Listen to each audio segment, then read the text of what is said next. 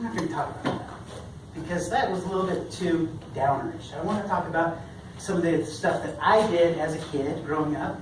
I was born in Salt Lake City, Utah. My parents lived in Orem. My dad taught at BYU for a little bit. Then we moved up to Idaho. And I really believe that if I would have grown up in Idaho, I would have grown up to be a cowboy.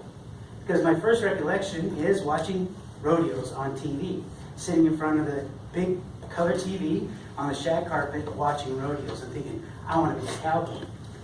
Then my parents moved down to Santa, Utah, and that's pretty much where I was raised. I told you that I had a problem with my hip. I had an operation. I was put in a body cast for six weeks. Then I had to relearn how to walk. Growing up was normal. I got picked on. I got in fights.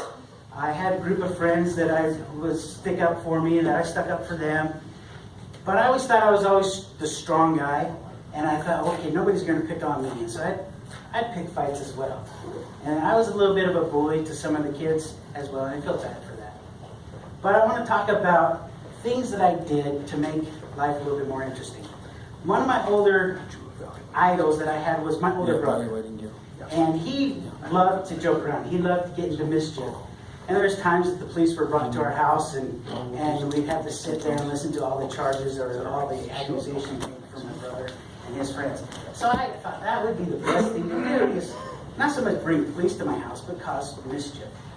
I remember when I turned 12, so was it 12 or 10? 10 years old, I went out toilet papering for the first time. We roamed the whole entire neighborhood, past midnight, and we just put a couple pieces of toilet paper out on the grass and in the trees. Picked houses at random, a group of friends. On my 12th birthday, my mom, who was the most protective, she decided to go to California with my sister. And my dad was home with me on my birthday. So I had a sleepover, invited all my friends, and we planned to go out and toilet paper the neighborhood. And my dad said, just don't get caught. That was the only restriction. Just don't get caught. So we went out and we met up with some girls. I was 12 years old. My older brother was 14, and then I have an oldest brother who's 6 years older than me. We went out and we toilet papered. It was the night of graduation. And so it wasn't the very safest night because there's a lot of teenagers out and about driving around. And we were young kids. So we'd always dive into the bushes. Then, because we were so smart, we decided to toilet paper a park. And we went and toilet papered the park. And then because we were smarter than everybody else, we sat in the middle of the park and played this dumb game of truth and dare. That's pretty dumb. You toilet paper a park, and then you sit in the park and you toilet paper past midnight and play truth and dare. Well, time went on. We got tired. It was about 3 o'clock in the morning. And we decided to walk home. We needed to walk the girls home. And 4 of my friends walked the girls home, and me and my brother went home. We had several different groups of kids coming in and out of my house. Well, 3:15, my dad comes out, or 3 o'clock, 3:15, he comes out, putting on his pants, and just getting his keys and going out the door. And I said, what happened? He goes, police call. And so he went out, and my brother got pulled over by a policeman. My brother was 18 years old, so he was legally able to be out past curfew. And the police was giving him a riot act. And my dad pulled up and said, thank you, officer, I'll take care of this. And he looked at my brother and he said, get home right now. Well, the thing is he found my 4 friends, my oldest brother, and he picked them up. And the cop was accusing my brother of kidnapping my 4 friends. Who could have easily overtaken my brother if that was the case? And his other friend, my brother's older friend, was in the driver's seat laughing. But anyway, my dad, get home right now. And then he smiled at my older brother and went home. And so nothing really happened. My friends came home. We had a big old time. We played tricks like that. We went toilet papering quite a bit. My friends always liked to be chased. And so we thought of a great idea. I was a senior, and I just had my ankle operated on, and so I hadn't been able to run a lot. And so I was kind of out of shape.